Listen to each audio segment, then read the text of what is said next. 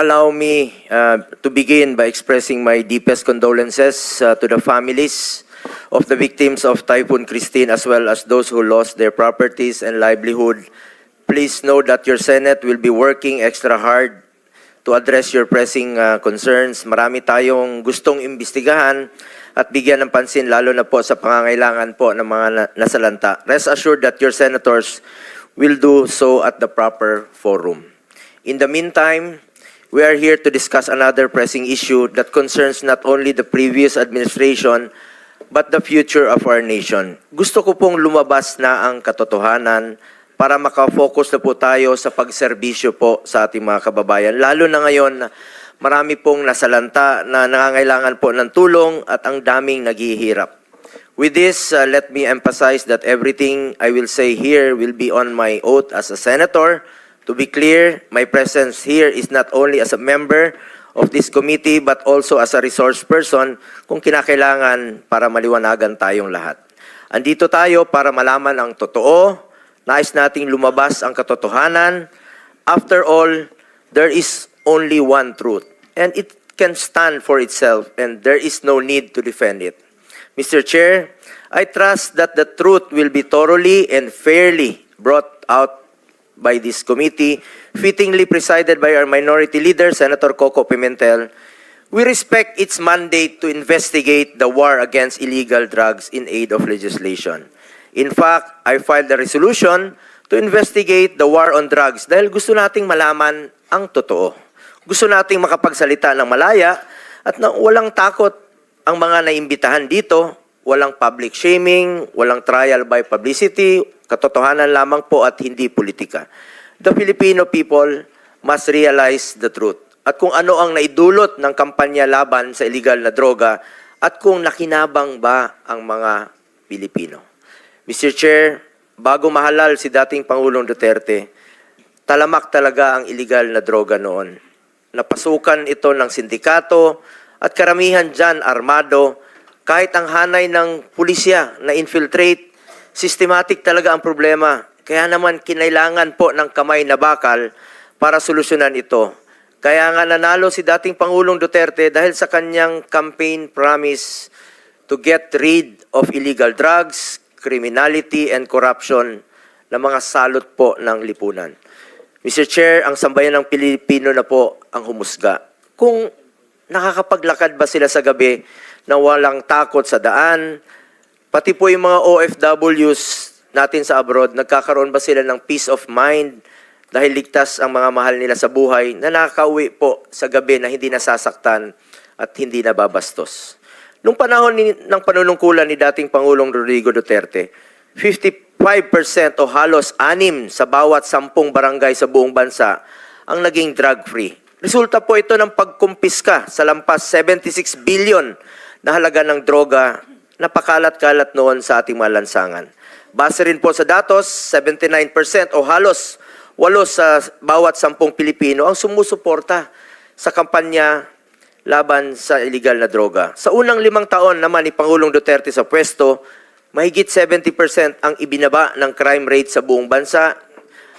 Bukang bibig po yan ng ating mga kababayan kung gaano sila kapanatag, lumabas sa lansangan, kahit sa 10 oras ng gabi dahil alam nilang ligtas sila at ang kanilang mga anak. Ako mismo, meron po ako nakakasalubong sa mga 7-Eleven, nagpapasalamat na ligtas na raw po ang kanilang mga anak. Kaya naman po nananatiling mataas ang approval at trust ratings ni Pangulong Duterte mula simula hanggang pagtatapos ng kanyang termino. Ito ang patunay na kinikilala ng sambayanan ang mga positibong pagbabagong dala ng kanyang pamamalakad. The war on drugs of the previous administration, lest we forget, enjoyed widespread public support across all sectors. Mr. Chair, hindi po natin maikakaila.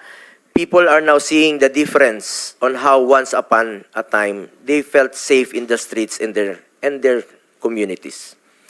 Mr. Chair, nakakalungkot dahil bumaliktad na po ang panahon, nagbago na po ang ihip ng hangin, ang pinagsikapan at pinaghirapan po ng nakarang administrasyon na linisin ang bansa laban sa kriminalidad at droga, ganon-ganon na lang po ngayon kung baliwalain.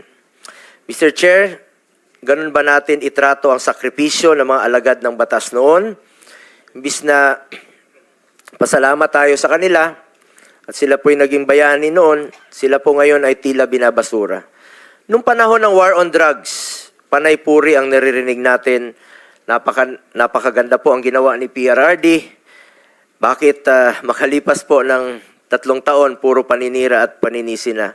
Paano naman po yung mga taong nagtrabaho at tumulong para maibalik ang peace and order? At paano rin po yung mga magagandang naidulot sa mga Pilipino ng laban kontra droga? But, Mr. Chair, this does not mean that the Duterte administration sanctioned human rights abuses.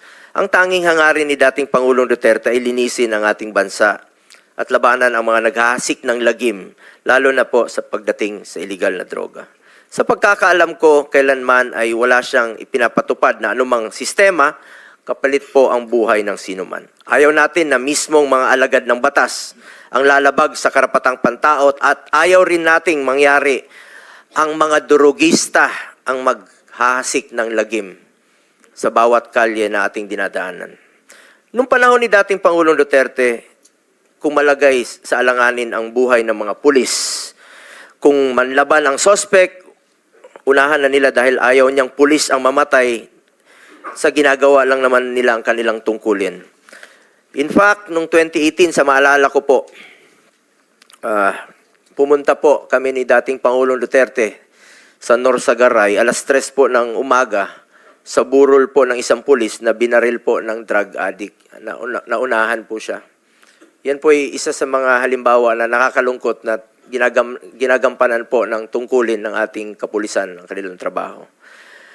Maliban sa paggawa ng batas, kailangan talaga ay taasan ang budget ng mga pulis para wala silang rason na hindi nila magampanan ang trabaho nila. Di ba, maalala nyo po, noong 2018, inuna nating idoble ang sahod ng pulis sa entry position nila, kasama na po dyan ang mga uniform personnel. Estudyante pa po ako, 1980s, 90s, takot na takot po ako sa pulis. Checkpoint, walang ilaw, maraming hulidap, laglag bala, extortion. Pero nung panahon ni Pangulong Duterte, na ibalik po ang respeto sa mga pulis. Kaya full support po tayo sa mga uniform personnel. At lalong-lalo na po sa mga nagtatrabaho para sa bayan. Dagdag pa dyan, dapat bigyan natin sila ng sufficient operational support, legal support in line of duty. In fact, I filed Senate Bill 422 to provide free legal assistance for uniform personnel who on any charge related to the performance of their official duty. Sakaling mang may arestuhin sila, meron silang operational funds o panggastos, kailangan talaga nilang suporta. Kulang talaga ang kanilang pondo. Paano naman sila makakagalaw kung abonado pa sila? Kaya po nandito tayo in aid of legislation to craft laws and check if kailangan ng additional budget para magampanan nila ang tama ang kanilang tungkulin. Let me reiterate, my fellow legislators, I was once quoted in relation to PRRD's anger towards these ninja cops, no? Dahil full support nga po siya sa mga pulis, tapos meron pang mga ninja cops. Nag-imbestiga tayo dito mismo sa Senado. Natanong ako tungkol dito at sinabi ko, oo, galit talaga siya sa mga ninja cops. At dahil dito, tinakot niya talaga para ma-intimidate sila, para matakot po sila. Iba po ang pananakot para ma-intimidate at iba naman po ang usapan, ang reward. Ang alam ko, walang reward system na ipinapatupad si former President Duterte laban sa sinumang sibilyan, mapa-drug lord man o karaniwang tao na sangkot sa illegal na droga. Walang basihan ang mga paratang na binitawan sa mga pagdinig na di umano'y reward system kapalit ang buhay noong panahon ng war on drugs ng Duterte administration. At habang nasa usapin tayo ng pera, taliwas po sa sinasabi ng iba, ni minsan po, hindi po ako authorized, hindi ako humahawak ng pera. Sinasagot ko lang po ito dahil sa mga pagdinig, no, na nababanggit po ang ating pangalan. Never po ako nag-handle ng budget of finance matters, kahit nung mayor pa po si Pangulong Duterte. Taliwas din po sa sinasabi ng iba. And in fact, maraming nadadamay. Si Muking, who is not employed in the Senate, was a personnel in the office of the President noon. At tulad ko, scheduling, administrative work, mga clerical work, I'm sure lahat kayo nagpapa-appointment po sa amin through Muking. noong unang panahon. Sobrang busy po yon. Marami pong opisyal na lumalapit sa amin na at even during the time of the pandemic, no, nangailangan ng tulong at hindi po namin tinatanggihan yan sa abot ng aming makakaya ay pinapansin po namin lahat ng hinaing.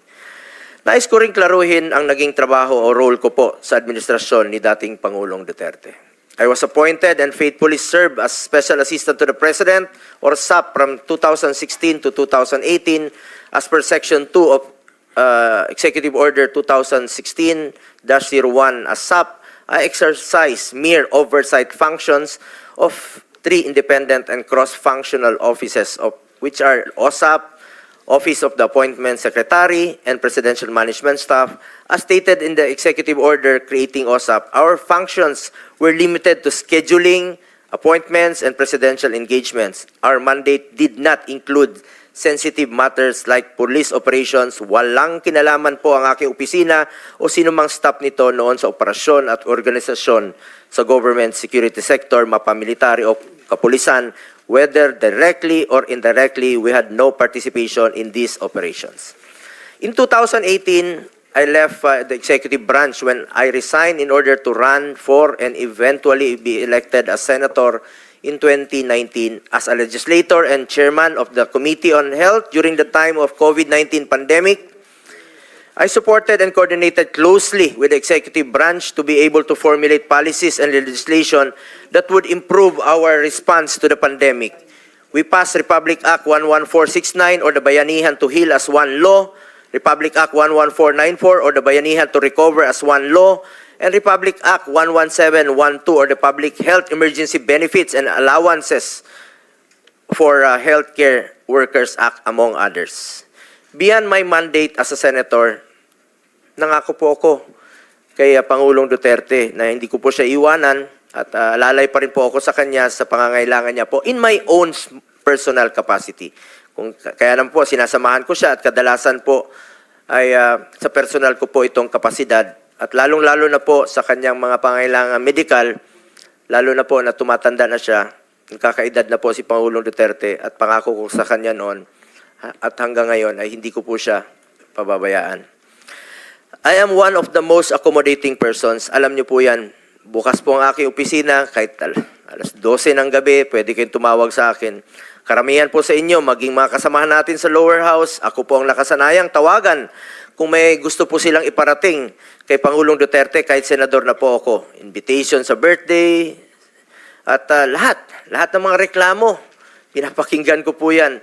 Siyempre, hindi ko naman alam ang lahat ng sagot sa mga reklamo. Kahit si former President Duterte, hindi niya rin po lahat alam sa lahat sa dami po ng kanyang ginagawa. Kaya naman, kung may mga gustong magpa-verify ng mga information, maraming reklamo, scammers, manloloko, extortionists, we refer it to CIDG, NBI.